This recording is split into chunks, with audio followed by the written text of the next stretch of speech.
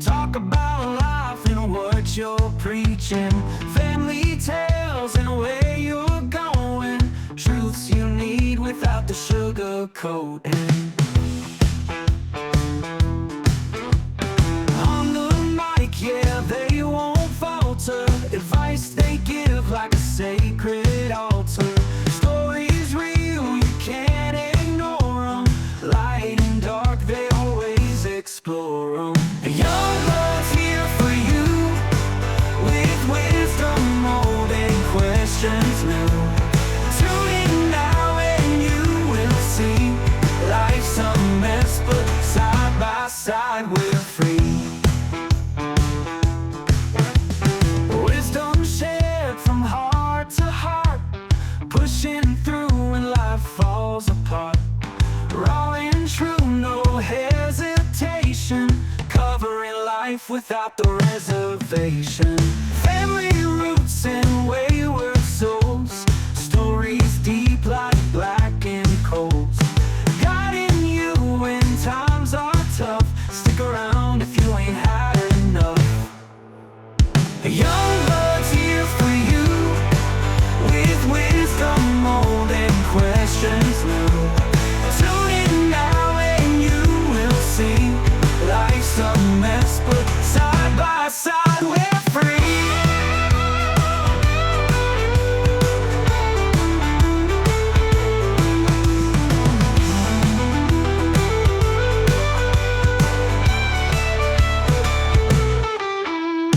Young blood's here for you, with wisdom old and questions new. Tune in now and you will see life's a mess, but side by side we're free. Wisdom shared from heart to heart, pushing through when life falls apart. Raw and true, no hesitation, covering life without the reservation.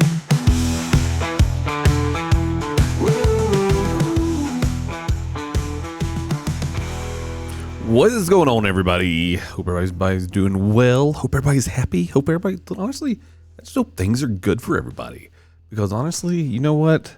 Life can be too hard. Life can be rough. Life can be crazy because there's so much we have going on. So much stuff going on in the news. So much stuff going on in politics. So much stuff going on everywhere. We got holiday season coming up. We've got all these amazing things that are going on. All these tragic things going on. We have what seems to be the potential of World War III about to be started already, and it's like, what do we do and how are we trying to solve this thing? Yeah, I don't know. It's crazy. But you know what? Here we are. Here I am. I am doing another podcast because it's been a while. I have been getting a lot of headaches, and part of that is because I'm trying to lose weight. I gained some weight back. I've been doing what I'm supposed to be doing, and my blood pressure medicine starts getting off, and because my blood pressure medicine starts getting off, and I means I need a higher dose, I have it here at the house, so I take it. But I'm like, it's a holiday season, and it's so hard to keep it in check because honestly, I love food. Food is amazing. Food's good, and I just and this is the worst time of the year to try to be on a diet. Worst time of the year to try to be on a total different lifestyle of eating. It because it literally makes everything hard. But I get over it. I'll get through it, and I'll get it all figured out and adjusted. And so there's that, right? So anyway, so I found those of us. So those of you, the guys that are on X and any other, even Instagram, they dropped it the other day. I saw the first ad. So the first ad was actually an advertisement by Jaguar. Jaguar has basically have gone down the rabbit hole of what seems to be, my opinion. This seems to be the rabbit hole of what Bud Light did with Dylan Mulvaney, and they've gone down that rabbit hole. You would think we would get past that. I have no problem with someone's sexual preference, but we're not advertising that. No one cares. And I'm going to say it. No one cares of what your sexual preference are. If you like dudes, no one cares. If you like girls and you're a girl, no one cares. It's just the bottom line is like, keep that, I keep my stuff to myself. And it's one of those things. It's like, let's don't put it into advertising. businesses need to be pushing their own thing. They need to be pushing their own stuff, and they need to be selling their product and showing that it's a good product. Now, that was what Jaguar did. Now, I do want to play this. I don't know how much you're going to be able to hear because there's a lot of music and stuff in here, but I'm going to play it anyway, and I'll commentate if things need to be commentated. But it's a great video, and it's done by Volvo. And where Jaguar went one direction, Volvo has actually done something amazing. We got some emails coming up. I'll get to those in just a minute. But when I saw this advertisement, honestly, I was blown away.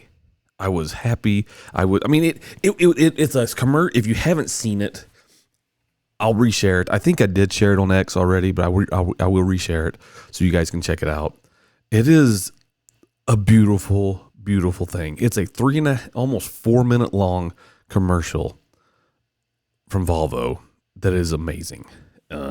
It's one of those things. It's like, it makes you question why businesses don't do it this way, because this is what people want. Let me see if I can get it going.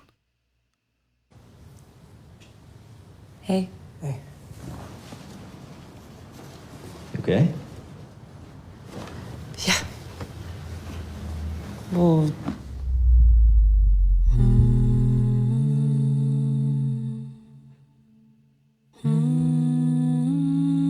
So it's got a couple.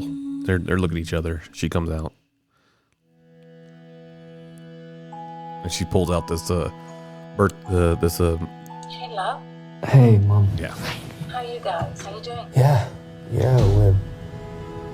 we're good. Something wrong? No, but we've actually got something to tell you. Kate's pregnant. Oh, Andy, you're joking. You're gonna be a grandma. Oh my God. How does it feel? I'm scared, Mom. So he's showing the car. About it all, the nights, the responsibility. Like, we're gonna need a bigger place. Help with all that. I know, bless you, you're so sweet. I've got this feeling that we're gonna have a daughter. Just as stubborn as her mum. Well, hopefully not. The family's large. Now that's a legacy she might have to live with. She might be the reason we tied a knot. What if I don't do good in class? I just want to say and do the right things, I want to see the world with her.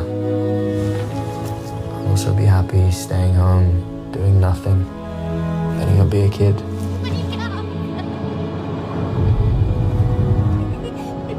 you awake?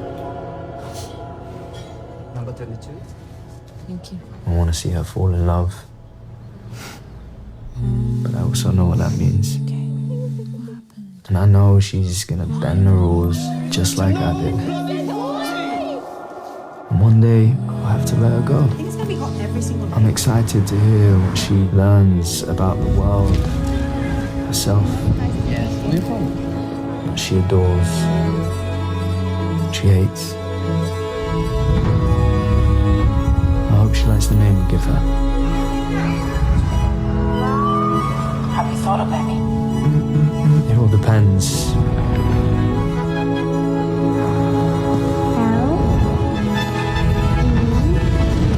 We like Leia.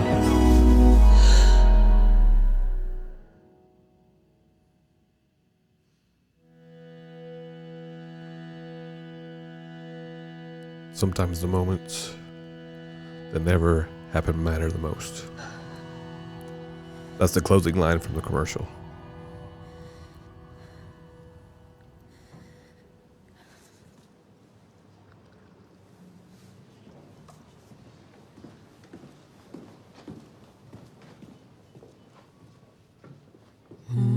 It shows the husband walking into the hospital room. Sorry. With his newborn daughter and his wife. It's a... hold on.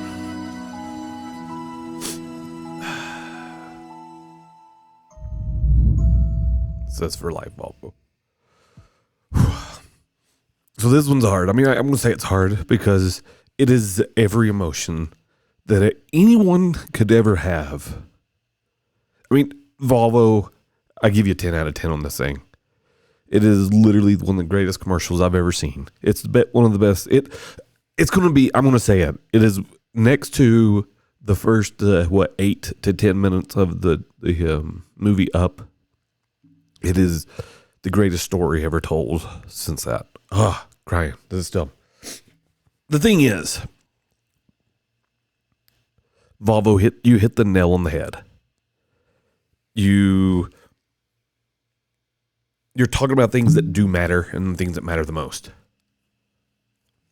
And I applaud you. This whole commercial is a fast forward version of what every father and every mother can go through, from finding out that you're pregnant, that your wife is pregnant, all the way up until you have to see your child move on with their life, move out, do their own thing. Man, I'm blubbering. This is crazy. I'm going to share the video again. Honestly, I'll say it again. This is the stuff, this is the advertising and the stuff that we need to do. These are the things that matter. These are the things that matter the most to people. And it's not the direction that Jaguar went. So I'm going to say it to Jaguar. Shame on you guys. Literally shame on you guys. No one cares about someone's sexual preference. Nobody does. Even the people who say they do, they don't. They just want to be heard in a way that they just want to be acknowledged that they have a relationship. That's the reality.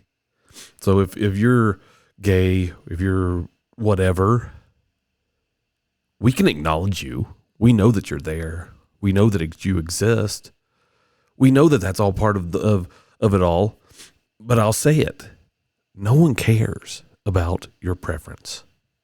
No one cares that I'm married to my wife other than me and my close friends. And if I wasn't married to my wife, I'd be married to someone else, and then they would care about that. But no one really cares. The only one that matters to you is to you. And if you want your voice heard, do the right things. That's really what it comes down to. Do the right things. Do what matters. And that's what it comes down to. Volvo did this. They put this video out. I will tell you, just based off of this video alone, I want to go buy a Volvo because it shows that a potential accident could have happened. It shows that how it kept his wife safe as she's pregnant with their daughter. It is a super magical, beautiful thing. I went there. I said it. It is true. So there you go. That is my 2 cents and my blubbering for the evening when it comes to an amazing commercial that was posted. Again, I know I posted it once, but I'll post it again because honestly, it's a dang good thing, and I'm going to say it. Volvo again, thank you so much. It is awesome. Anyway, now that I'm past that, let's get to some emails. It's been a minute. I have been away and out. I've been dealing with some stuff. Again, just not feeling well. So I had to get that all in check. It seems to be in check now. Other than the fact I did have an Oreo cookie earlier, but there's that. I did the Oreo cookie thing because I was good and I had them in the house, but I shouldn't have. But oh well, it's all part of it. It's life. It's what I did. So anyway, all right. Well, let's get to some emails. Let's get this thing going. All right. Let's go. This one's actually from Megan from Denver. Hello, Megan. Here we go. Hey, Devin. I've been dating a guy for a few months now, and things are going well. I can't shake the feeling that he might just be with me for the physical side of the relationship. He says all the right things, but how do I know if he really likes me for who I am and not because he wants something else? It's hard to tell when everything feels so surface level these days. How can I figure this out without ruining what we have? Okay, Megan, Here's the thing. You're coming into you're in a relationship, and I'm going to say it. You made a mistake, and you made a big mistake, and your big mistake is this: you gave it up. First and foremost, you went straight. Whether it was first date, second date, third date, 10th date, I don't care. You started giving up, and you're very welcome. And the thing is, when it comes to dating, and you can call me old fashioned. I don't care what anybody says. It's that the old adage of, why buy the cow when you get the milk for free? That's literally it. And no one wants to acknowledge this. Everybody wants to think that, going around and having, promiscuous sex all the time with whoever you want, whenever you want. It's no big deal. It is a big deal, because you should have enough respect for yourself to say, I'm not going to do this because I want I have, good standards for myself, and I don't want, to ruin a relationship based off of the fact that I'm going to give it up. People have stopped the idea of learning to know who someone is, and they do the basics of that, and then they go straight to what would be considered like the one night stand, and then they get the feelings. Then they get the feelings because they have the one night stand, and then they start going from there, and they're like, well, what do I do? Well, how do I know it's real? So now you're at this point. How do I know that this guy's in? How do you know if this guy's in it for you? Well, I'm going to say it. Stop having sex. Just stop. Stop doing it. Don't do it. Then see what happens. Seriously. And you may lose something that you think is something that's real. And if that's the case, then it's not meant to be. And that's so that is the hard part. That's the part that people don't want to acknowledge, because once you start giving something in a relationship, it's hard to take it back, right? Once you've said something in a relationship and if it was rude and wrong, it's hard to take it back. And if you do take it back, it's still going to be there. So if you called your significant other a name for whatever reason, and then you want to, and although you may have said it out of anger, it's going to be hard to take it back because it's already been said. That's like being in a court of law and the judge tells the jury, disregard what you just heard. It doesn't matter. That's impossible. It can't be done because they've already heard it. It's always going to be there. Now, they're not supposed to use that for determining what's going to happen to the victim. But that's the whole point. So if you want to know if you have a genuine relationship, you got to make some changes. And I know you don't want to hear it, but it's too late. You asked the question, so I'm going to give you the straightforward answer. You need to stop. Get to know them better. It's not old-fashioned. It is just reality. If people can go, if you go into a relationship, especially dating, if you go into, okay, what's the point of dating? Anybody has an idea of what the point of dating is? It's pretty easy, and I'll tell you. The point of dating is as simple as can be. It is to date someone who you may potentially marry. It's not about getting a free dinner. Sure, that can be part of it. Oh, hey, thumbs up. It's not about just to have fun. I mean, you can just go to have fun. But the thing is, the reality of dating is to find the person that you want to marry and find out if you're compatible with someone that you're going to be marrying. That's the reality there. So, that being said, you got to make some changes. And you may lose this guy. Okay? And it may be hard because you've been taught by numerous people saying, hey, it's perfectly fine and it's no big deal. Justin F from on X, he says, focus on what you want him to notice, which is true. I mean, the thing is, there comes a point that if once you put all the physical into a relationship and that relationship is there, and you want to build on that. Honestly, the physical should be the part of the peak of a relationship. Not mean it's like that's it and that's done. That should be like that should be when you're the most vulnerable, which you typically are when you fool around. but that should be something that's only for someone who you're going to spend honestly spend the rest of your life with. And if you depends on your religion, it spend eternity with. So at this point, I would say Justin's advice is pretty simple. Focus on what you want him to notice. Run with that. If you can do that, then you may not lose him, and you may have to put up some boundaries, which is fine. And honestly, I would say, yes, you probably should put up some boundaries, because the reality is if he doesn't work out, and I will say numbers do matter. It really does. The whole body count thing. I know people brag about the whole body count. I can tell you, I brag about my body count. I can 100% tell you, I love the fact that I have a body count. And my body count is 1. Only 1. And that's the way it should be. Call me old-fashioned, call me whatever you want to call me, but that's the reality.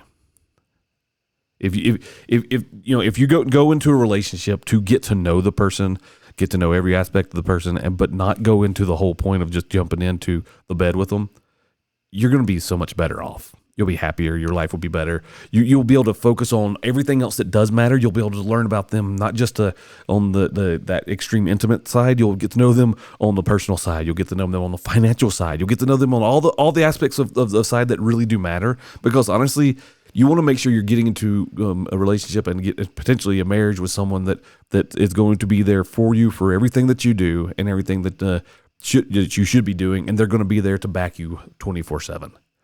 That's the reality there. So if you can't do that and you're struggling with that, then why would you put the focus on the physical stuff? Let the physical stuff come later. Let it be part of marriage. Anyway, that's my opinion, Megan. That's what you need to do. If you subtract the physical side and you start getting to know them on the proper sides, you'll know if he's right. Plain and simple. If they open up the door for you. If a man's not opening up the door for you, you got a problem. If your man's not opening the door for you, if he's not holding your hand, if you're walking down the street, this is a test. If you walk down the street, you as the lady, and you walk close to the side of the road versus on the inside, closer to the stores or whatever, and he doesn't move you, he doesn't politely grab your side and kind of move you over to where you should be. And I say where you should be. The reason I say you should be because a perfect gentleman understands that he's supposed to put himself in the line of danger versus putting his lady in the line of danger. So if he does those things, that's a good step. That is a good place to be.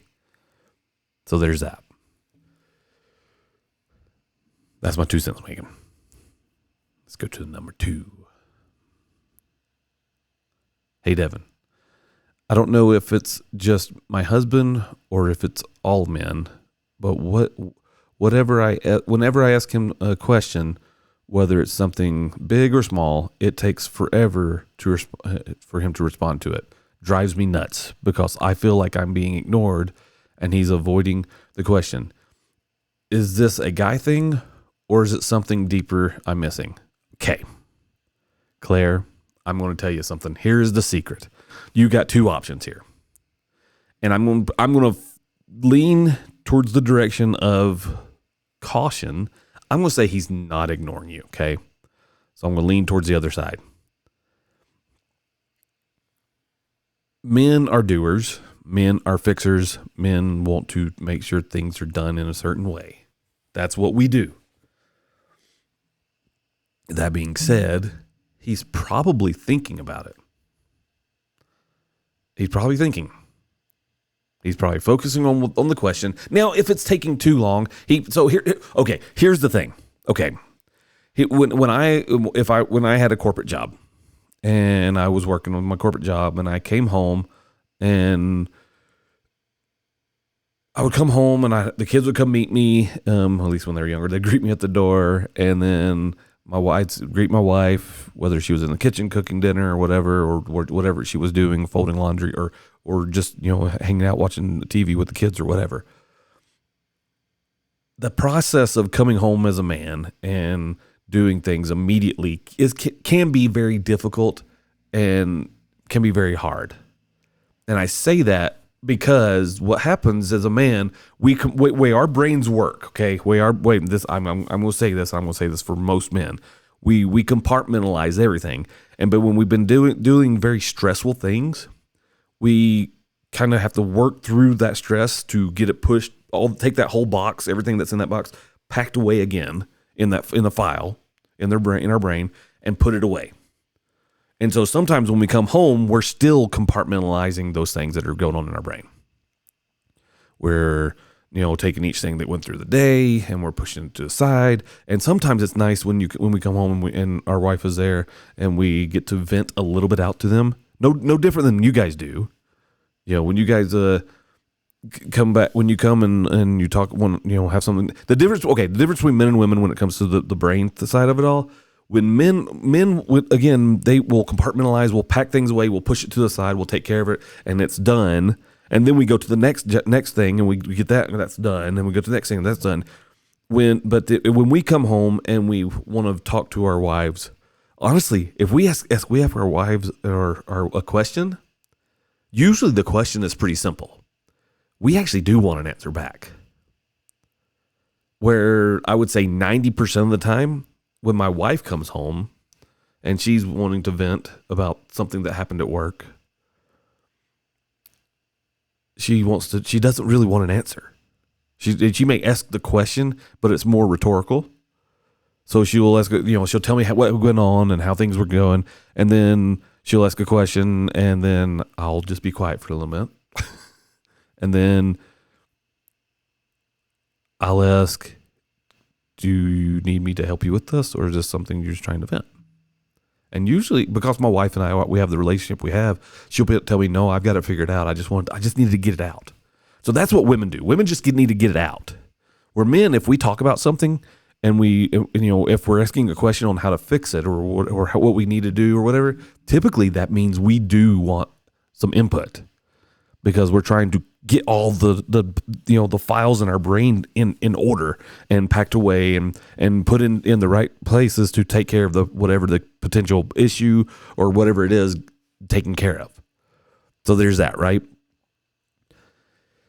So to answer your question, he's probably compartmentalizing things in his brain. Okay. You said that, whether it's big or small, sometimes it takes forever for him to respond to it. And it drives you crazy. Don't let it bother you. And I'm going to tell you why. If you don't let it bother you, it will be better. If you, and what you can do, if you're not doing this already, when he comes home, go to him, give him a hug. That lightens the load 1,000,000 times over. Just a hug. If you do that, then the stresses he has in his brain will turn off and focus on something new. And he may go back to the other one later, but it will focus on you. If you show him just a little bit of interest, it will. And yes, some type of physical touch. Most men, their love language is physical touch.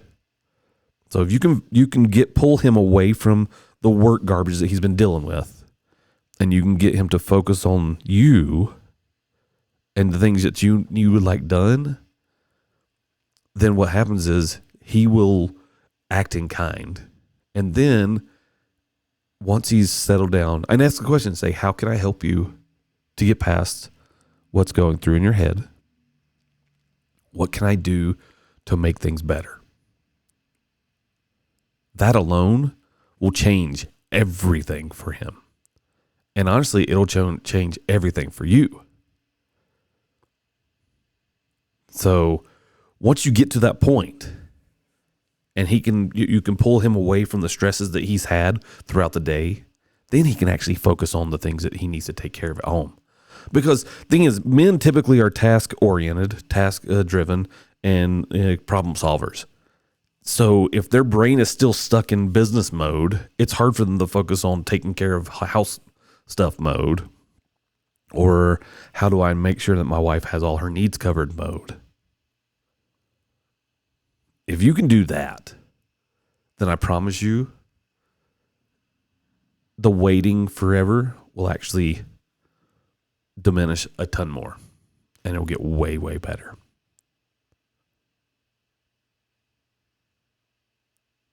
There you go. That's my take. All right.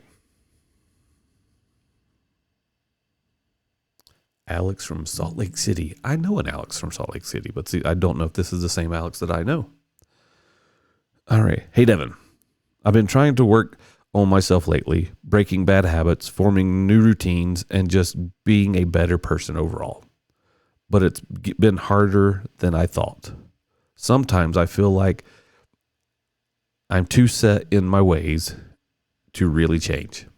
Is it truly possible for people to change, or is that just wishful thinking?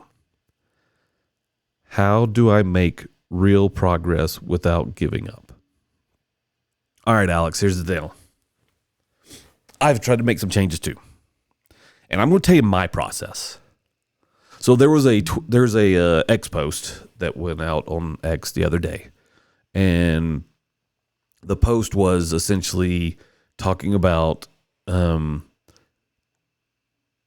language, vulgar language, and changing things in their people in their lives to make them a better person, and specifically about swearing. And I read that, and I'm here going, you know what? I used to not swear. Like literally at all.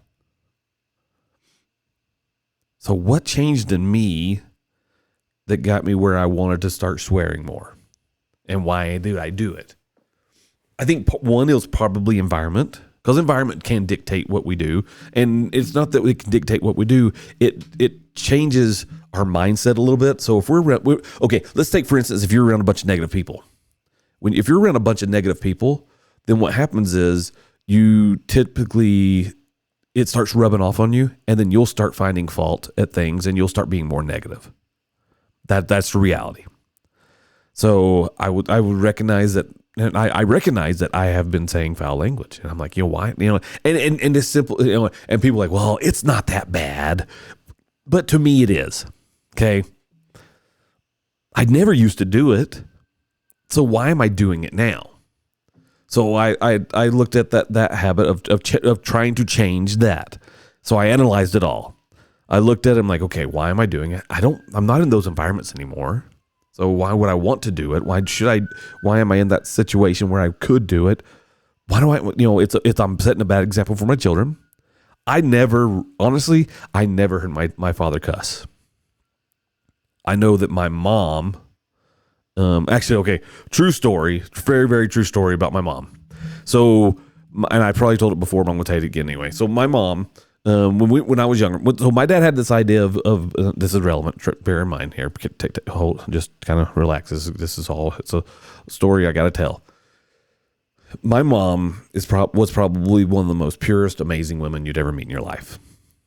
My dad had this idea where we wanted to add on to the house. And typically when you add on to the house, it's either, hey, let's bust out this back wall, let's build it up here, or we'll take off part of the roof and then we'll add on going up or whatever. No, my dad had this idea of, hey, we got a crawl space. We can go in there with the little small pick and shovel and we can dig down.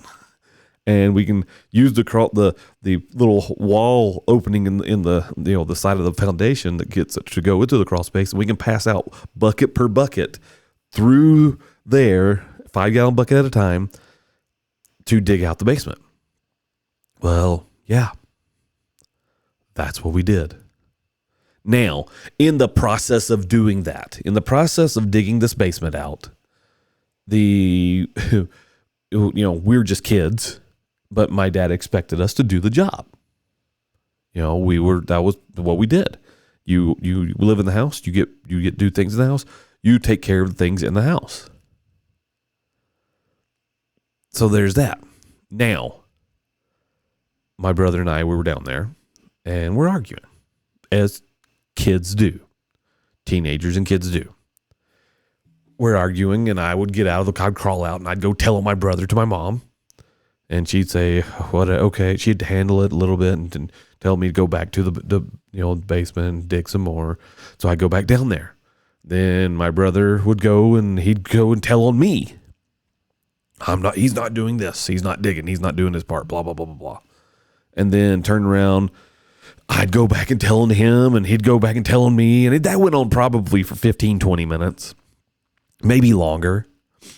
And then we got to the point where we both jumped up and we're going to go tell on each other because one of us is going to win this because we're dumb kids. And we run up to the upstairs together. And we go to tell my mom, and my mom stops us. We have made her upset. She stops us, and she says, she looks at both of us. She goes, "Be quiet. Shut up." My mom didn't say shut up either. That was a bad word in my family. But she did. And then she says, "I need the two of you to be quiet, get over it, and get in that damn basement and dig." Now, my mom said the D word. Okay. My mom never cussed. Ever. That was the only time in my entire life I have ever heard my mom say a cuss word. That is the only time. I'll say it again. That is the only time in my life that my mom said a cuss word. Okay, let that sink in. Now we go down. We thought we were going to die. We looked at each other. We ran to the basement. We're like, we're dead. Dad's going to kill us. We made mom cuss. We go down. We dug so much out that day. It was amazing. We were so efficient. We didn't argue the rest of the time. It was amazing. Now fast forward, literally. Oh crap. 30 years. Fast forward 30 years, at least 30 years, I find out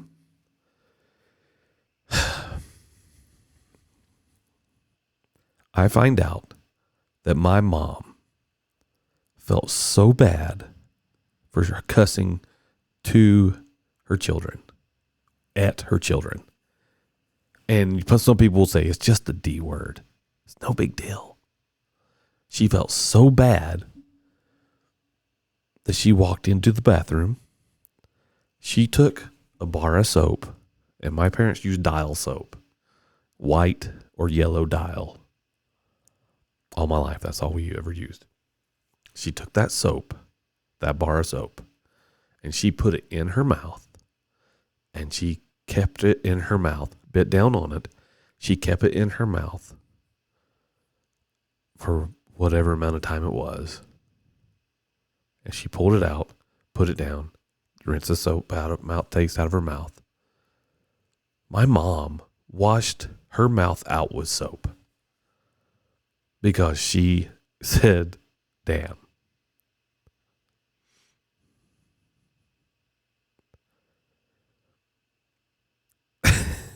And I say that story because I'm trying to change. I never used to cuss. I never did. I put myself in environments where it was done all the time, and I just let it carry on. I just started doing it.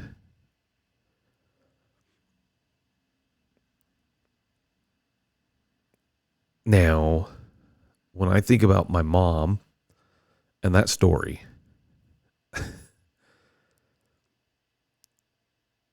the reality is, she changed. She lived the standard that we should live. She lived the standard that I should be living. And so when I saw that X post a few days or a few weeks ago, when I saw it, it hit me. And I said, you know what?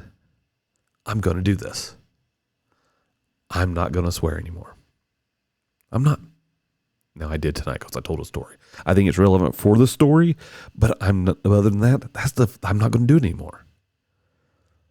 Because I believe, I believe in language. I believe the language is important. I believe that if we understand what words actually mean, then then by knowing what words mean, it makes us actually better fit to have discussions with people and to talk about things and be able to make sure to prove a point to someone based off the fact of language that we have. Now, I know it's common day. I hear it all the time, even here in Utah, where you drop the F-bomb all the time, the F word. It's not right. So yes, that's what I'm doing. So Alex, here's the thing. People can change. It requires dedication. It requires follow through. It requires us to focus on what we're doing, making those routines, making those things that need to be done, and do it to where it will make us a better person. That's the reality. Okay. So how do you make real progress without giving up? You have to set small goals. And you have to keep yourself accountable to those goals. So that means I honestly tell you this right now, you need to write it down. Grab a pen and paper, grab a book, grab a journal. I highly recommend getting a journal. You get a journal and you write down that goal and you say, I'm going to start with 1 week. If you can't do a week, do it for a day. I set a goal to do, this is something crazy. You guys are going to think I'm crazy. My goal is to do 100 push-ups a day. Okay. And I started that today. That is my goal for till at least the end of the year is 100 push-ups a day till the end of the year. Now, I can't get to 100 push-ups in a day. Honestly, I couldn't get past 20 today. And I was worn out. So I said, okay, my goal is to get to 100 a day. So what I'm going to do is I'm going to do 4 sets of 10. I'm going to try to get 40 a day. I'm going to do that for a week. And then I'm going to get jump from 40 to 60.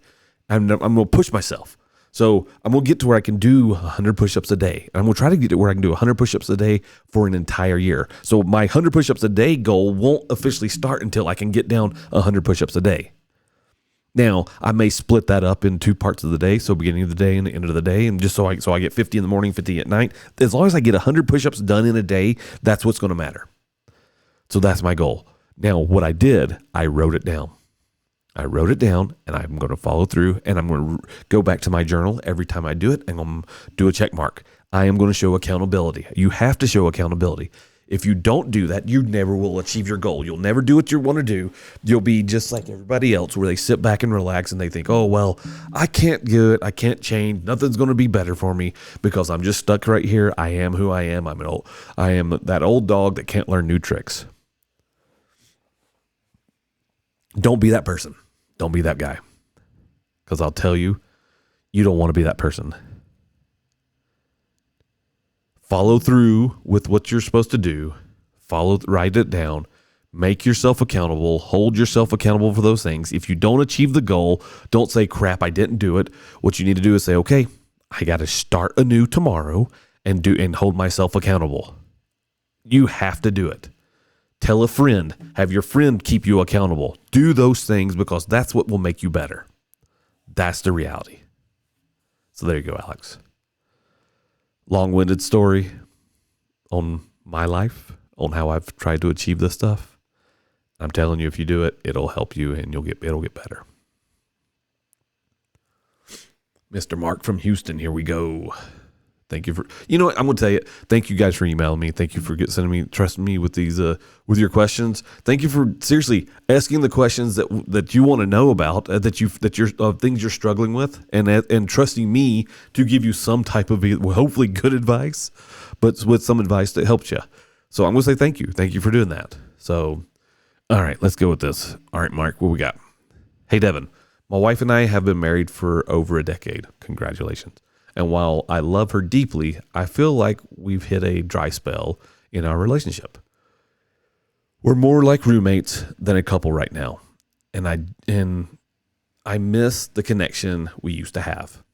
I want to fix this, but I'm not sure where to start without making her feel pressured or awkward. Any tips on reigniting the spark? I can do this. Mr. Mark, this is one thing I can actually tell you, and I can tell you very simply to do. This is right up my alley. I know how to do this. So here we go. You've been married for a while and things get sluggish. Things get slow. Things kind of go, well, you know what? We're just kind of roommates. Okay. That means two things for me. One, it tells me that you guys probably are not going on date nights. Honestly. You're just going through the routine of being married and being together and hanging out with each other. That's the first problem, okay? Two, you have probably dropped the ball on some things as far as like bringing her flowers. When was the last time you brought her flowers? On top of that, you've probably stopped sending her notes. Whether it's a text message or it's a handwritten note or whatever, you've probably stopped. So I'm talking about you first because we're addressing that one, right? Let's address you. So what I would do is here's the thing: if you're looking trying to get the wife that you had of old, that girl's gone. Okay, she's gone. There is still a glimmer of her there, but she's matured. She has gotten older, and I mean that in a good way, not in a bad way, ladies. She's gotten older. She's gotten wiser. She knows all your moves. She knows how lame some of them are, how funny some of them are, but she still loves you just like you love her. So you have to add something new. Now, one thing I've tried to do, and this has always been, even now, my wife and I, we've been married for 23 years. I still try to learn something new about my wife every day. Okay. Now, that being said, it is getting very difficult to learn something new about my wife every day. But I still try. Now, if you guys work, both of you guys work. If she stays home with the kids, cool. If that is hard work. Okay. First thing you need to do, you need to be interested in her life. This is the first step. Step number 1. Find something about her life that you want to know more about. So say you go to work and she's home to do the whole traditional wife type thing. When you get home, before you do anything else, okay, you walk in the door. I want you to go up to your wife. I want you to grab her by the waist, turn her around, and I want you to give her a kiss. Give her a hug. Then I want you to look at her and say, honey, don't have to call her honey, whatever you want to call her, say her name, whatever. How was your day? Simple. That's it. Let her say whatever she wants to say. Let her get it all out. Let her express any feelings that she has. If it's frustration, if it's anger, whatever it is, you take it. You shut your mouth and you take it. Now, part of this is you have to ask a follow-up question. When she is done, she may have said some things that required potential. I'll say potential. It may require a potential reply, meaning how to fix the problem. She probably doesn't need the problem fixed, to be honest, or she may.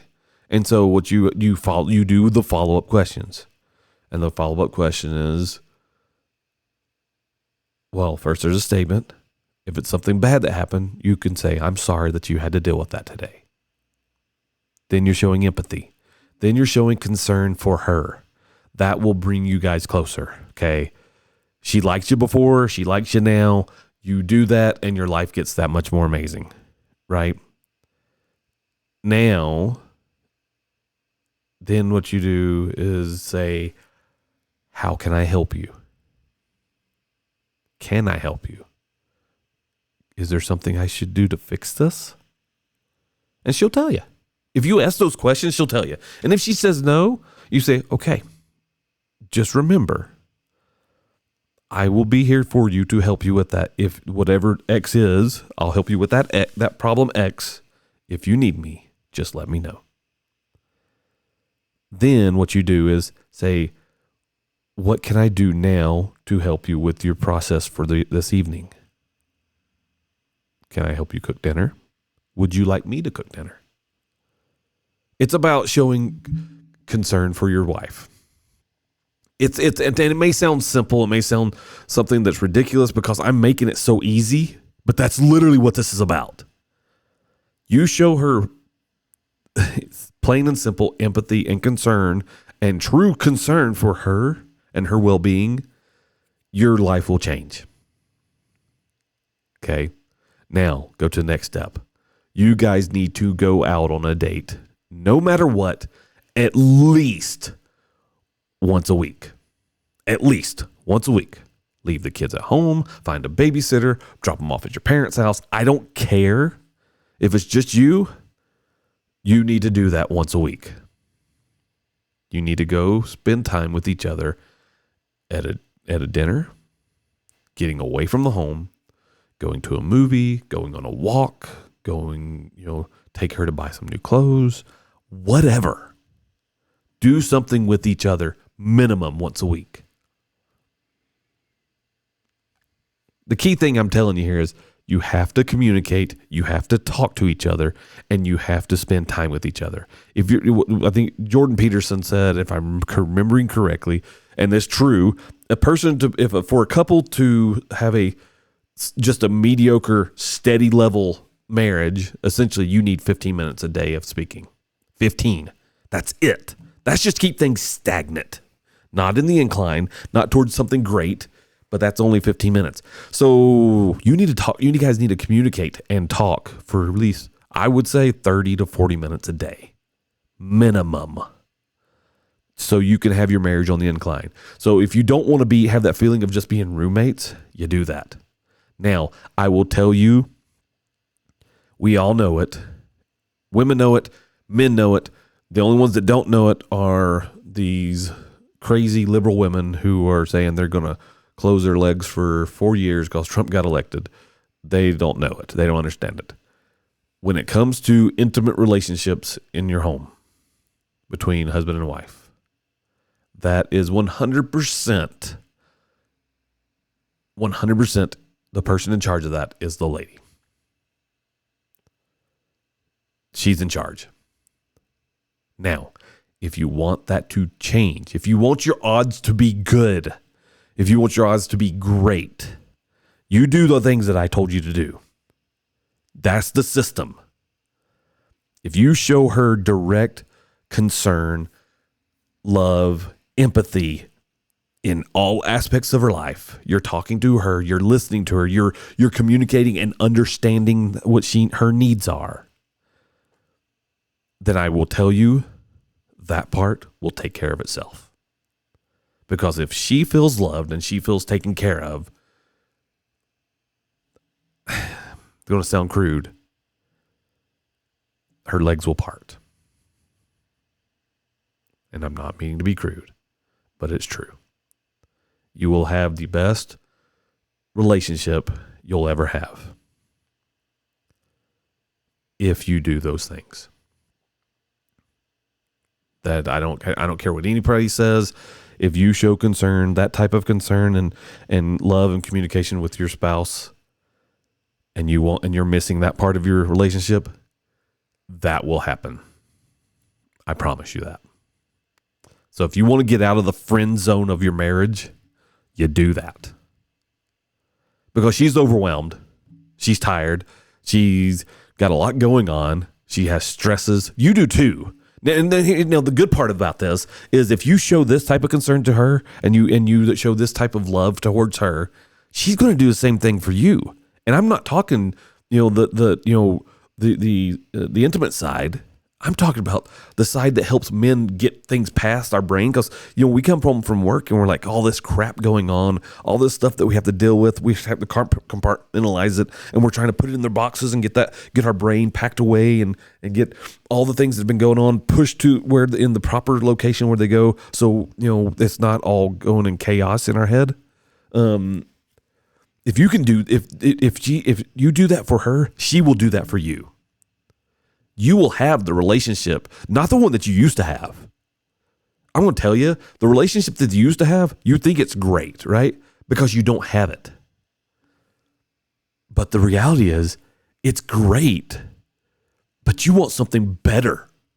You will get what's better because you've decided to change your routine and do things better. And I'm going to tell you, do it selfishly.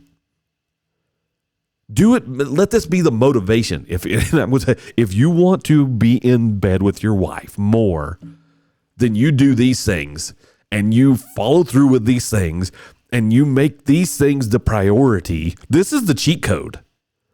If you want this is literally the cheat code to bedroom activities for a marriage that's been going on for a long time. Even you young kids who are trying, if you're dating someone, this is the cheat code. Now, you're going to date a good girl, she's going to have higher morals and she's going to say, no, you're not getting anything until you put a ring on it. And that's fine. But this is the cheat code for relationship. If you do all of that, your life will change and you'll have the best relationship you have ever had. Plain and simple. So there you go, Mark. That's how you do it. She won't feel pressured. She won't feel awkward. She will feel loved, and everything changes. You're not going to her and say, "Hey, you're." So the problem that most men have is we go to our wives and we say, "You know what? We don't have what we used to have, and I don't like it." Women don't work that way. Their brain is wired completely different. Most women are not straightforward and direct like that. Or they don't like being straightforward, people to be straightforward and direct like that, unless it's something that they really are passionate about. So what you got to do is you have to, I'm telling you, if you want this to be part of your life, if you want the best bedroom relationship in your life, you got to do these things. And I'll say it, be selfish. It's perfectly fine.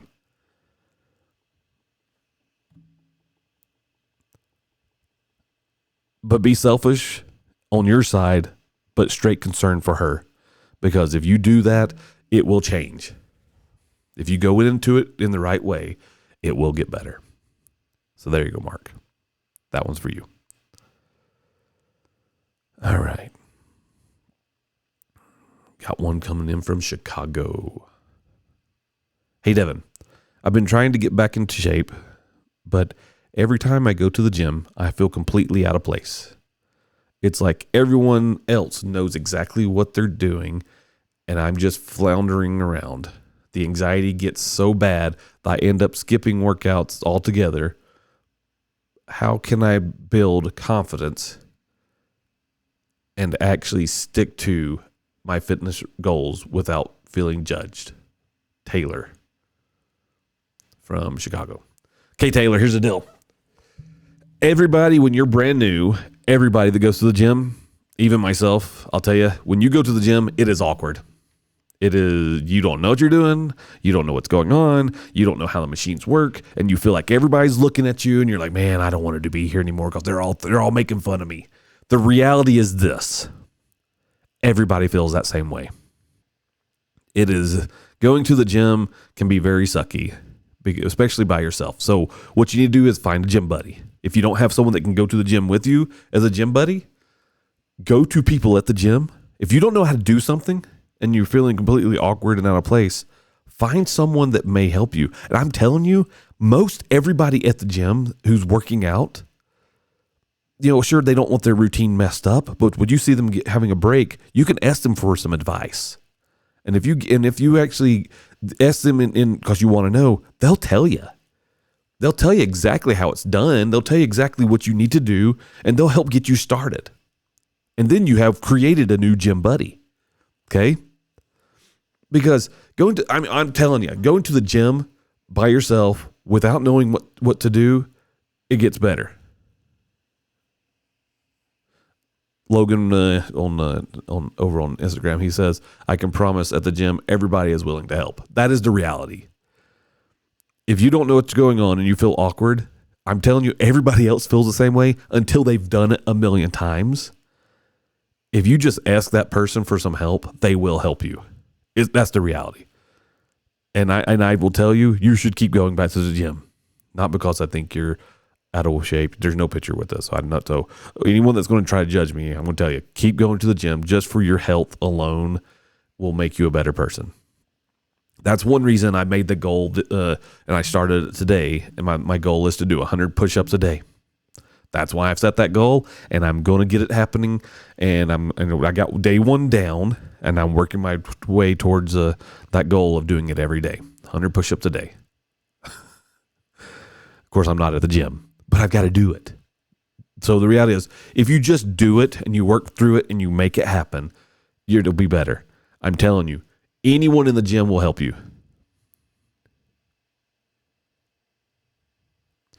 Logan also says the more consistent you stay, the more more comfortable you get in your routine. He's right. So the reality is, if you do those things, your gym will get, but your gym experience will be way better. I'm telling you, if you ask anybody at the gym that, not just for help, say, hey, did you feel awkward when you came here first time? Also on there, it says dedication comes one day at a time. That is true.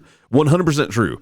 The thing is, going to the gym, I can tell you, even now, when I do go to the gym, which it's been a while, but that's why I've been doing push-ups here at the house. When I go to the gym, I feel awkward. I feel out of place because honestly, I see all these guys and all these ladies in there, and they're in such phenomenal shape. And I look at myself going, oh my, and yes, this is self-comparison. We shouldn't do self-comparison at all, because self-comparison will destroy your personality, not your personality, but your self-esteem.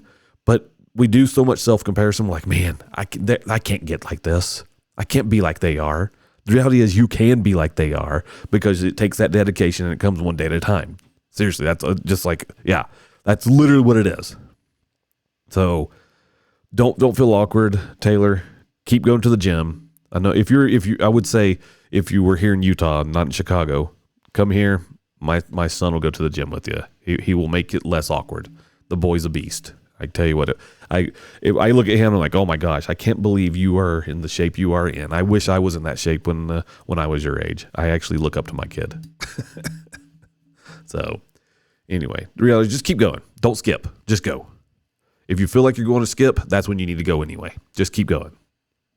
When your brain is telling you no when it comes to going to the gym, that's when you have to tell yourself yes. So get your butt out the door and do it. Be the best you, not the best somebody else. So all these words of wisdom coming from Instagram right now. I'm telling you, this is literally, that's if you want to change your life, and you're going to the gym and you're doing those things, if you do that, your life will be better. I promise you that. So embrace the uncomfortable, Logan says. Very much true. Very much true. All right. Hey, Devin, my husband and I recently have had a disagreement that's been weighing on me. He feels like I prioritize our kids over him and says I should put him first.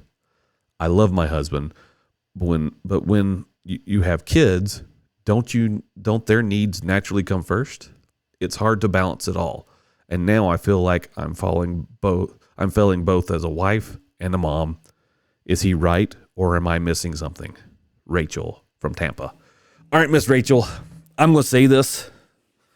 All right, what's okay, so we got on Instagram, he says, I'm a 62-year-old disabled veteran. Embrace I'm telling you, the words of wisdom that comes from the world is amazing. Thank you guys, seriously. And now Logan's pitching in on this next one. Here's the thing. Okay, I'm going to say it this way. Let me tell you this quick little story. When you look, and I've said the story before, and I've talked about this way, when you look at a lion's pride, what literally happens in the lion's pride? Who's in charge of the lion's pride? Okay. And I'm not trying to say men are better than women by any means. This is not where I'm going with this. When you have a lion's pride is simple. Typically, the lion stays home and takes care of the cubs. He protects the cubs. His job is to protect his pride and what's going on. The women actually go out and they're working their butts off and they're pulling in all the, they're taking care of all of the bringing in food. And then she brings the food and she puts it in front of the lion and he eats. She's taking care of him first. Now, a reason I say this in this direction, if you as a wife are taking care of your husband 100%. Now, granted, I'll say it this way. If you have younger kids, when you get married and you have young kids and you have babies, both of you guys do know you have to take care of those little ones or they're not going to survive. Okay. The reality is this, though. You can take care of your kids and your husband at the same time, but that's usually when I go back to the story of the lion's pride. Yes, the lionesses do have to feed the baby cubs, but once the baby cubs to get where they can get away from mom's milk, then the lion takes over.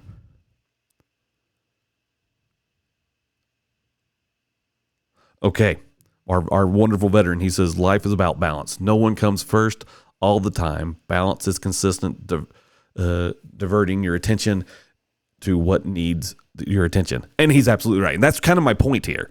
The reality is this.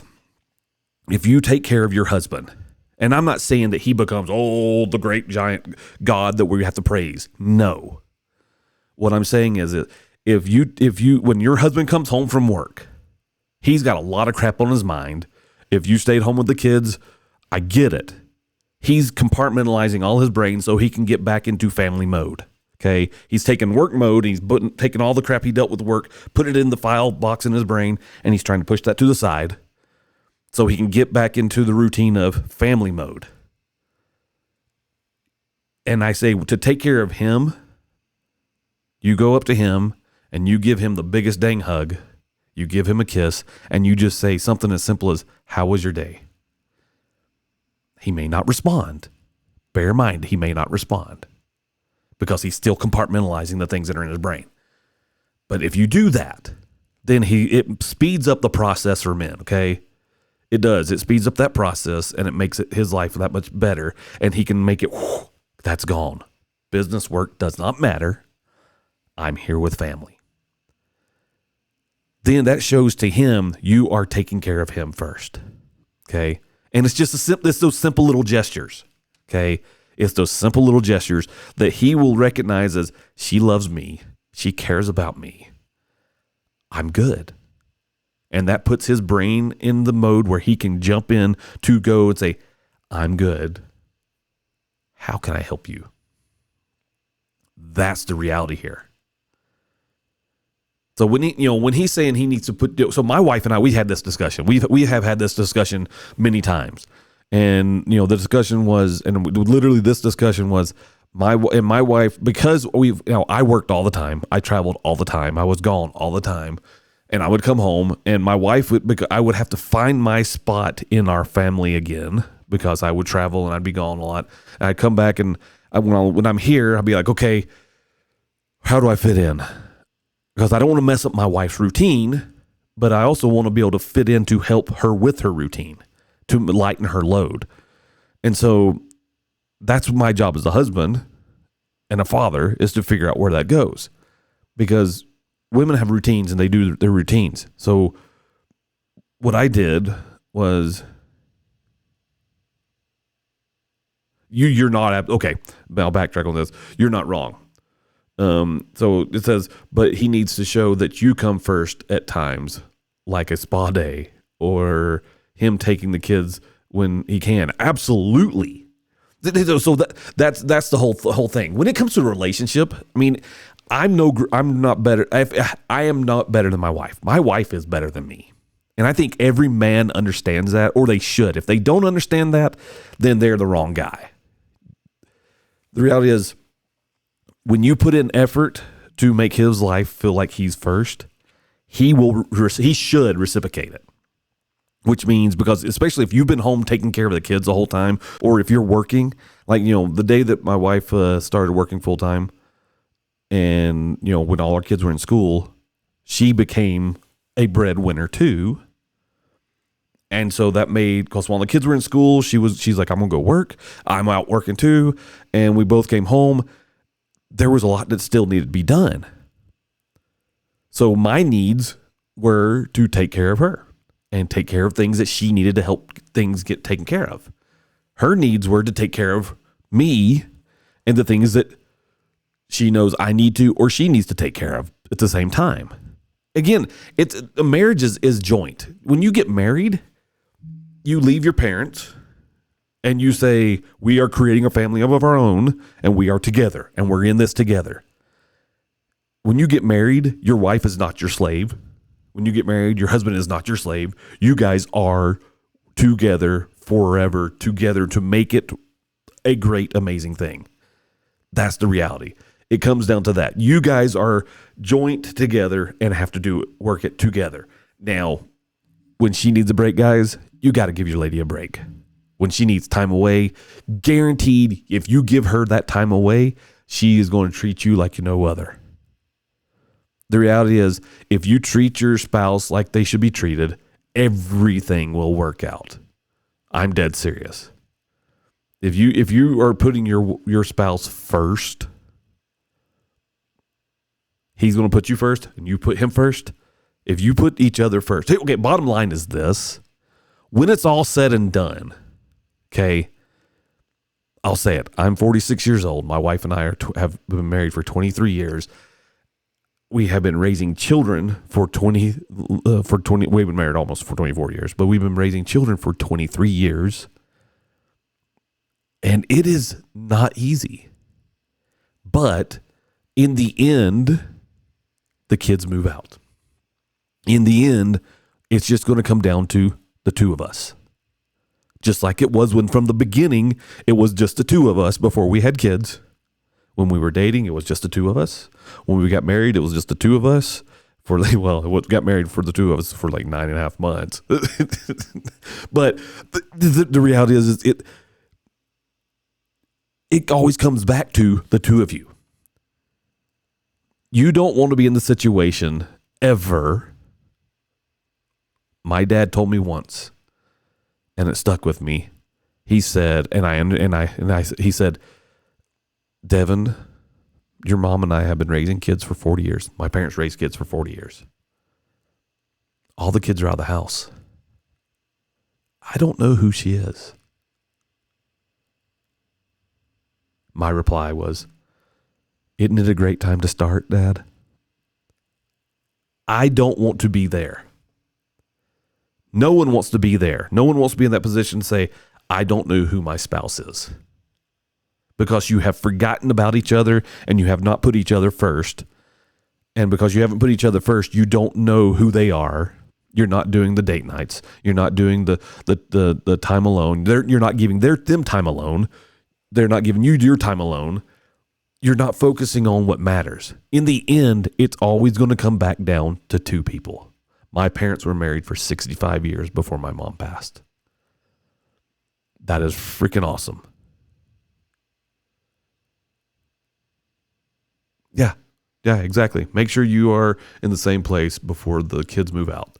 Date your spouse before the kids make you drift apart. Absolutely. Dating is standard. If you're not dating your spouse and you're not going out with them on at least a weekly basis, at least once a week, you're failing your marriage. Find a babysitter, take the kids to your parents' house, your brother, your sister, a good friend, someone you trust, and you go out and spend time with each other. Because in the end, it's still about the two of you guys.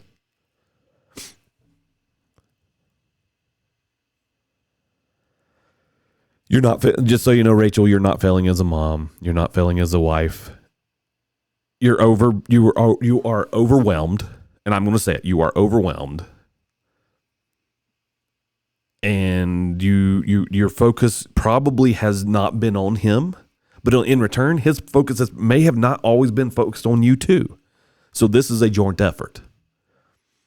I will tell you, if you focus a little bit on him and you put him first in many cases, take care of the kids. Kids always got to be taken care of. If you put him first, he should, if he's a good man, he should step in more and help you.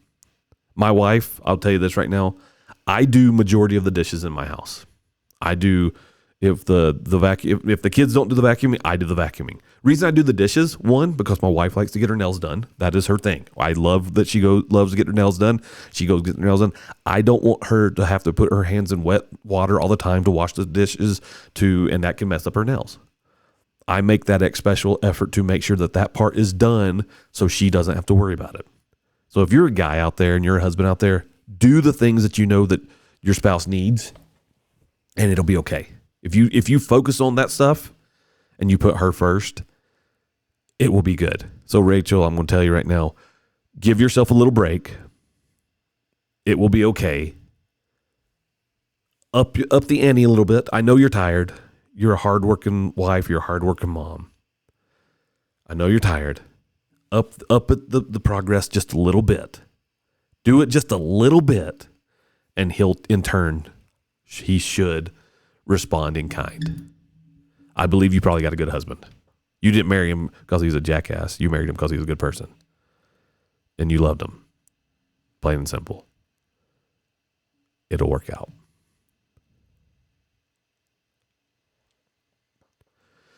Got an email from Emma from Phoenix, Arizona. How we doing, Phoenix, Arizona? You're nice and warm while we're getting nice and cold here in Utah. So here we go. Hey, Devin.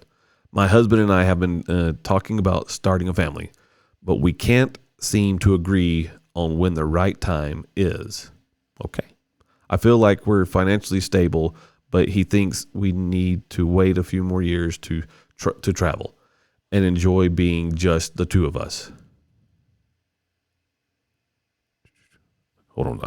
Let me go to this. I'll go back to this. Let's see. It says, those feelings of failing are a good thing. It means you care. And failure helps you learn. I've told my kids not to try to be perfect. Mistakes will happen. Struggles will be there. Love, Wilbur. You know, you're not wrong. You're not wrong. The thing is like to go back to that last email and then Wilbur, I will tell you, you're amazing. I appreciate you being on here because you're a wise man. Holy crap, you're very much a wise man. You know, and you're right. She is a good mom. You know, she does care. That's why she emailed me. That's why she sent me this question, is because she cares. I mean, if she didn't care, she wouldn't have emailed. And so that I'm telling you. So go, you know, Rachel. Is Rachel? Yeah, Rachel. I'm telling you. The reality is, you care. That's why you're asking for some advice, because you do love him. So it's amazing. The fact that, you know, I think it's a complete beautiful thing. The fact that people can send me an email because they care about the situation so much that they want the advice from a perfect stranger or someone that they've been listening. Well, some of these people have been listening to my podcast for years now, but the reality is you guys have done this and you believe in what I say is that good. Some people not, because I get some hate mail too, but the reality is you believe in that. The fact that you care about your situation and your spouse or your boyfriend or your girlfriend or your work or whatever it is enough to email me, that tells me that you do care. And he's right. He is 100% right. And I'm going to tell you, you're going to be fine. You'll get past it. You guys are going to have the most amazing relationship because you guys care. That's the bottom line. Anyway. All right, let me go back to this other email. I just had to go back to that because that was such a beautiful statement. It seriously, it is literally, it's amazing, and that's why I had to divert back to it, because that is pretty epic. Thank you very much, sir. I appreciate it very, very much. Man, we need, oh my gosh, the amazing people we have in this world. It will never not. It is like so surprising how good people really are, because we see so much crap in the world going on, and just to have this it's seriously amazing. Thank you. I really appreciate it. Thank you. All right, here we go. Back to the family. Hey, Devin, my husband and I have been talking about starting a family, but we can't seem to agree on when the right time is. I feel like we're financially stable, but he thinks we should wait a few more years to travel and enjoy being just the two of us. I'm worried that if we wait too long, we'll regret it. Is there ever really a perfect time to have kids? Or is it something you just figure out as you go? Sincerely, Emma from Phoenix. All right, Miss Emma, here's the thing. I'm going to tell you this, and it's kind of a double-edged sword here, okay? You should have kids for sure. I think you, your husband, and I, we all agree on it. You're allowing me into your life to talk about your family. I'm going to tell you, having kids is amazing. My wife and I, we had kids. We got married. We had a honeymoon baby, technically, because she actually came 6 weeks early. We had a kid almost day one of our marriage. I'm going to tell you, there is no perfect right time for having a kid. I will say there is no, if you wait till you are 100% financially set to have a kid, you'll never have a kid. Ever. You won't. That's something that you just won't do. You will not have a kid. If you wait till you are financially set, you're never going to be financially set. Because the reality is you're never going to have enough money. Money will always be a problem. But I will tell you, once you have a child, you figure out the money. It's just the reality. It will figure itself out. That is what does happen. It is true. Now, he wants to travel. You want to travel a little bit. That's fine too. Okay. The right time is going to be the right time. It will figure itself out. But I would say don't wait. My personal opinion is don't wait. Well, thank you. The thing is, and I say don't wait. The reason I say don't wait is because as you're worried about is time will go by and and it may never happen. You just got to do it. Okay. Now, there are some things that you just have to worry about, right? And you do have, okay, to say you don't ever have to worry about the finances is a lie. You do have to worry about the finances a little bit. Okay. But you don't need to worry about them to the point where you're like, okay, we got all this, make sure we have all this, because things change. Inflation happens. You just figure it out. So my advice is talk about it, discuss it, and it will work out. Okay. The right time will be when the right time happens. That's really honestly, that's my advice. Don't postpone, but don't rush. Let it happen when it happens. Don't go out of your way to not have kids. And these are the discussions that you and your husband should be having too. Say, you know what? We think we're fine financially. We could try, or let's travel. We'll travel a little bit, and then we can try a little bit there. I mean, that's the fun part. Trying to have kids is the fun part. So just it's okay. But I'm going to tell you, let it happen. Family. Okay. So our oldest daughter, she's 23 years old, and they sadly had a miscarriage a few months ago, and they want to have children, but they also are kind of waiting a little bit till they're financially ready. But on the other side, when they found out they're going to have a baby, they just accepted it. They're like, hey, this is a blessing. This is all. Children are amazing. I'm telling you, children are great. You have struggles. We have some struggles in our family. We currently have some struggles in our family with our kids. I'm not the perfect father. I try to do my best. I try, and I apologize as fast as I make a mistake. And I think that's important. I want to be a grandfather one day, not in any rush. When it happens, it happens. So you and your husband do what you want to do. Let it happen when it happens. But I will say, if you're purposely waiting till you fulfill every checklist down the road on your bucket list of life, you probably will never have a kid. If you're waiting for just to get those check marks done.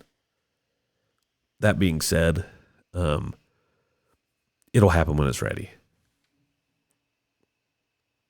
If you don't worry about the finances, that will figure itself out. 1 second.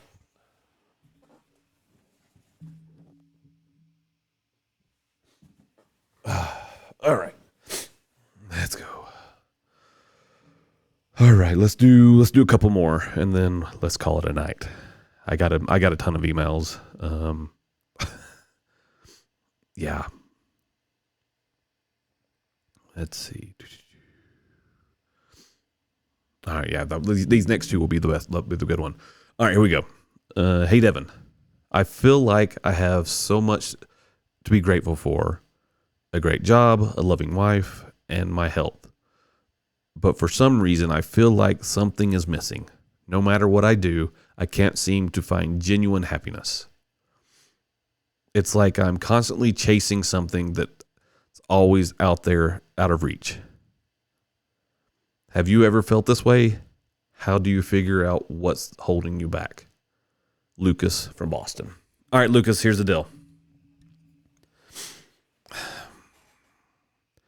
So a lot of times in life, we look at happiness as being something that we just can, it's like going down a checklist. Okay, I did this, check. I went and did that, check. I did this, check. I did that, check. Poof, I have happiness. No, that's not how it works. If you want happiness, happiness is something that is, honestly, when I've been the happiest is when I'm hanging out with my family and I'm doing things with my family. 2, it's when I'm serving other people is when I really feel the happiness the most. Okay. So I'm going to say this, and I'm not telling you how to do this. I'm telling you what I've done that has brought me the most happiness. 1, you got to look at your health. Okay, you said you got great health. You got all that stuff. Okay, you're exercising. You're eating right. That you don't. So you're that. Your problem is you just can't feel. You don't feel like that you can reach out and grab it. So that's really what we're looking at right now. You're looking at the fact that you can't reach out and grab happiness and hold it and say, "Boom! I have this plaque of happiness."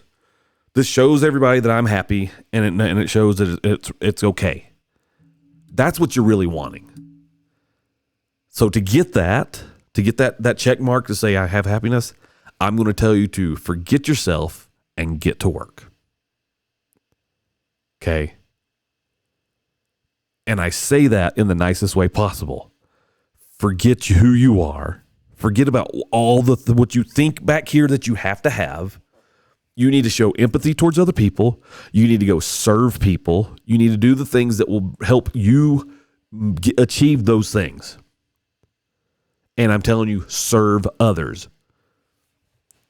As the scriptures say, when you're in the service of your fellow being, you're in the service of your God. And I'm telling you right now, if you are serving other people and you are doing that, your life will be changed. You will feel fulfillment. That's really what you want. You want to feel that fulfillment inside. Think about the time you held your baby for the first time. How amazing was that? That was that tangible happiness that you got when you held your child for the first time. That's how you felt happiness for the first time. Honestly, when you married your wife was probably the first time.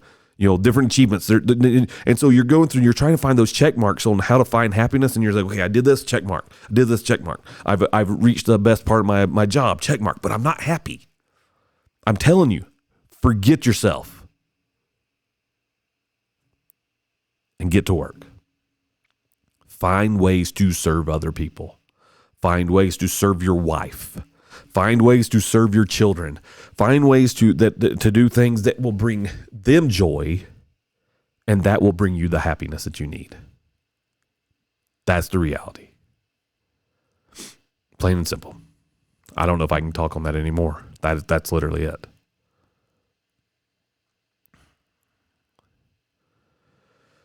All right. Last one, guys. Here we go. Last one for the night. And then I am hanging it up because I got to get this stuff done. And we got more room for later on. So there's that. All right. So here we go. Hey, Devin. Every year I make a list of resolutions. And every year I fall off the wagon by February. It's so frustrating because I really want to make positive changes, but life gets in the way and I lose motivation. What do you think makes resolutions fail? And how can I actually stick to my goals this year? All right, Mr. Chris from Dallas. Here's the deal. When it comes to goals failing, part of it is we overestimate the goal. We say, I'm going to lose 150 pounds today, this year. And I'm going to do that by dieting, and I'm never going to touch a soda again. So we set these lofty goals, and we say, okay, this is what we're going to do.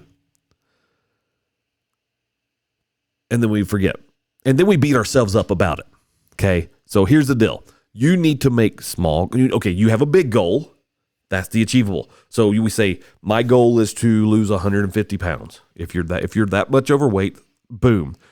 If you want to lose 150 pounds, it's simple. You go in there and you say 150. That's the goal. Well, as my dad always told us when we were younger, how do you eat an elephant? Well, to eat an elephant, simple. We got Mr. River in the house, by the way. River is in the house. All right, so to eat an elephant, you do it one bite at a time.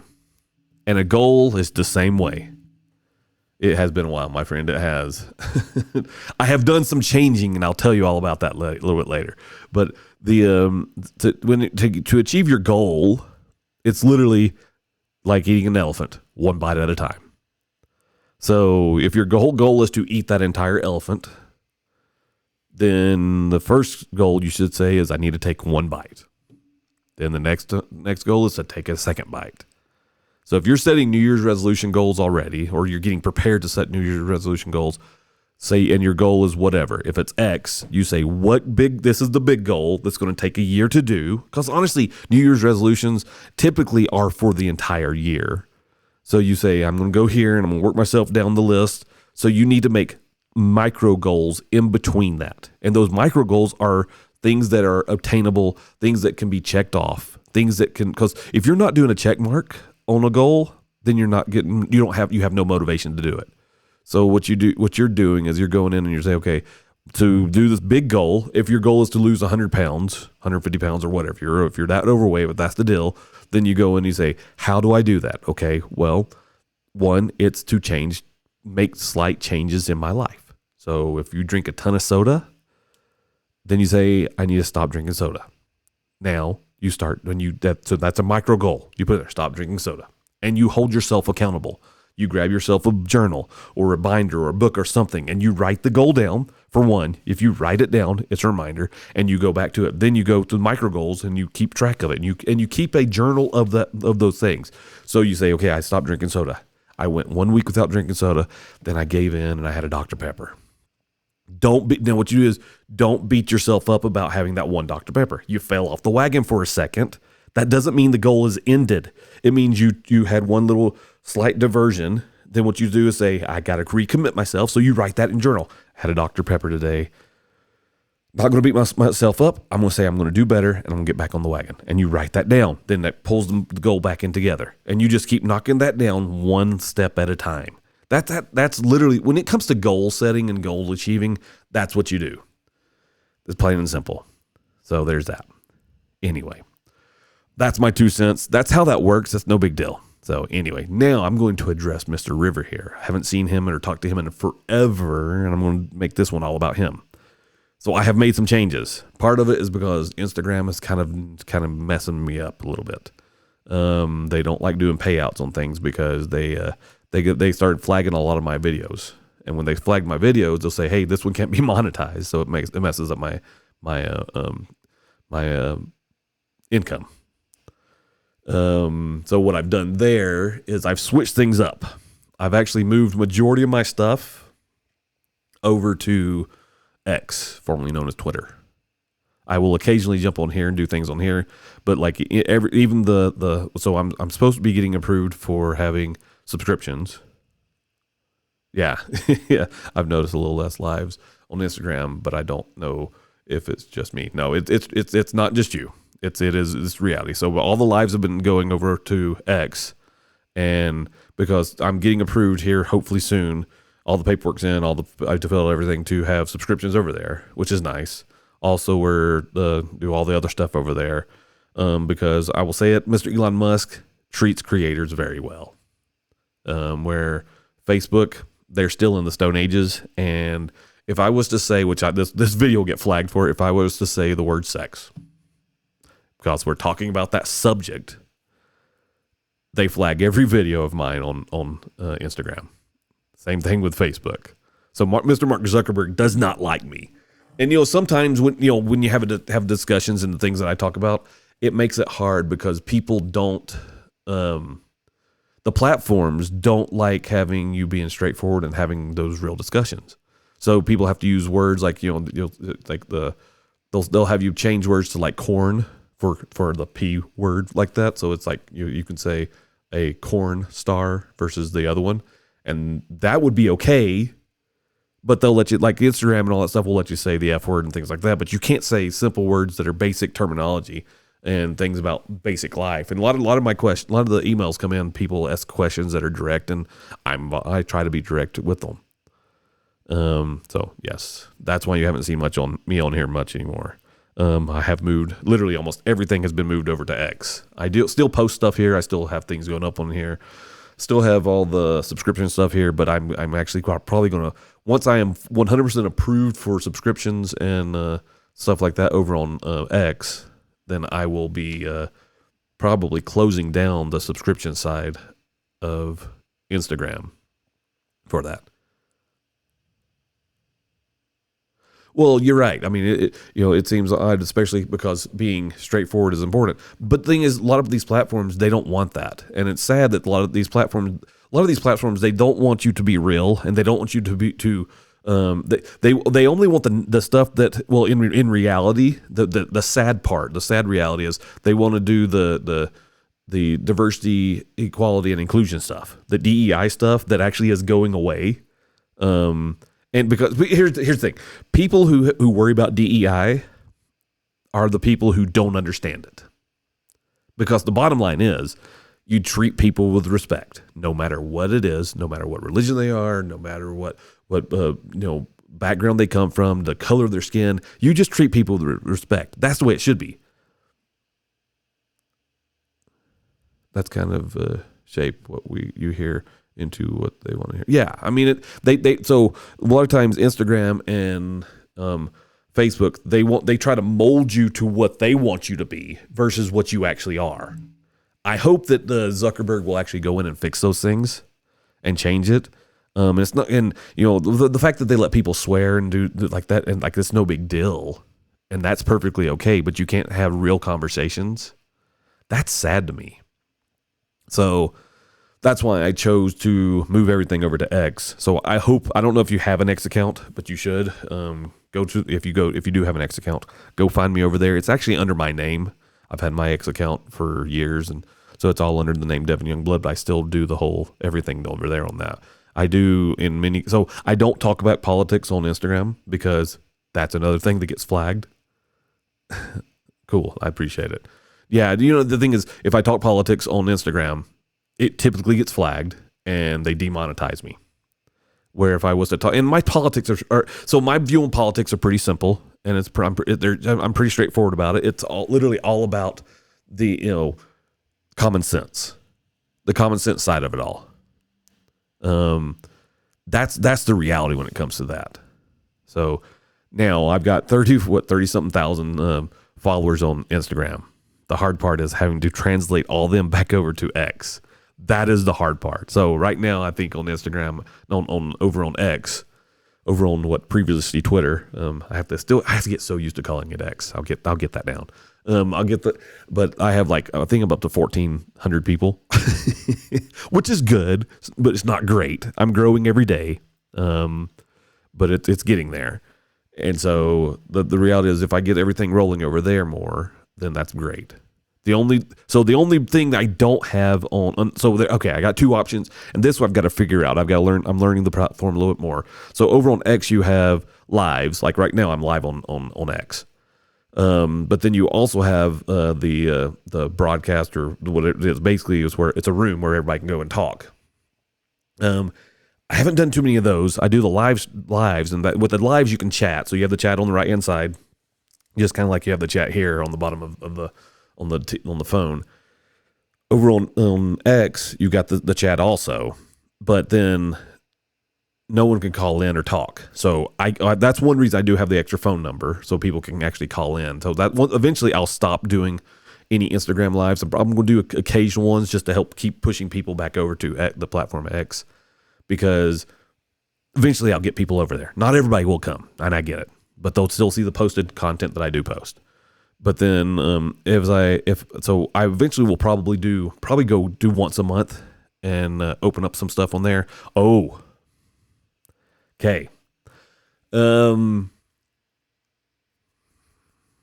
haven't posted this yet. Two amazing things. This goes for every platform. Two amazing things that are happening. Okay. One, the TV show that I was on comes out December 19th. Okay. Over on Amazon, on Prime TV. So that is that. That's epic. I'm in 4 episodes. Okay. Technically 5, because one's a YouTube show and the other one's a YouTube video, and then I think there's, if I remember right, 4 episodes of the Amazon show. That's amazing. Now, for you, Mr. River, because I always give you the highlights of cool stuff that's to come. You are that person. I'll do that. Go find me on X.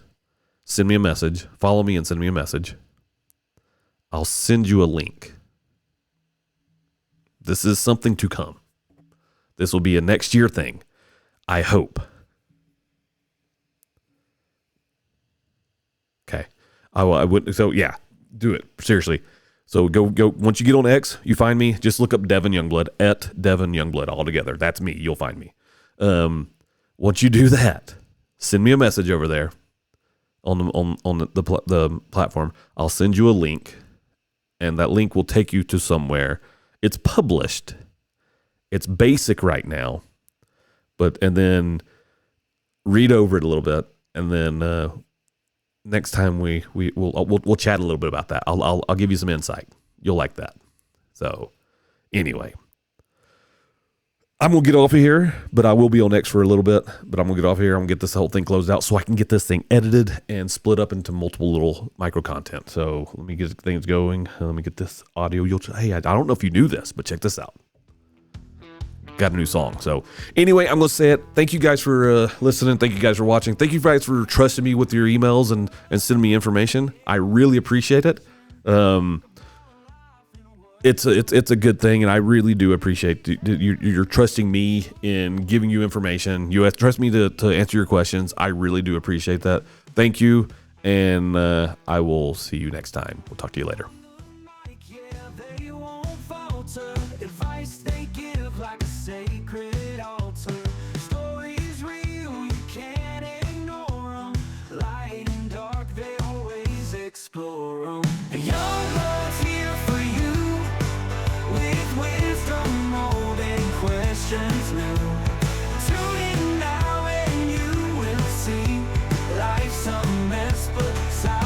Side we're free.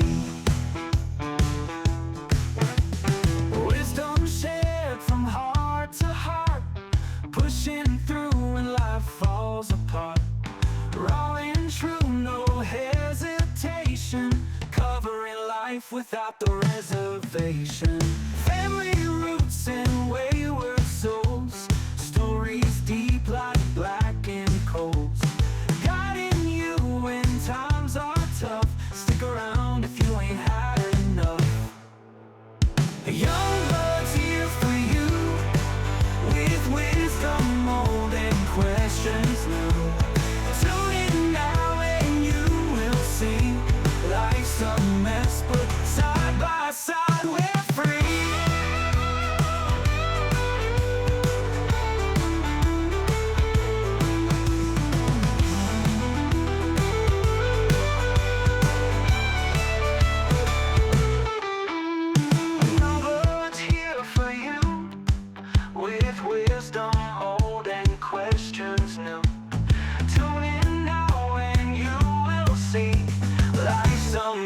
But side by side we're free. Wisdom shared from heart to heart, pushing through when life falls apart. Raw and true, no hesitation, life without the reservation.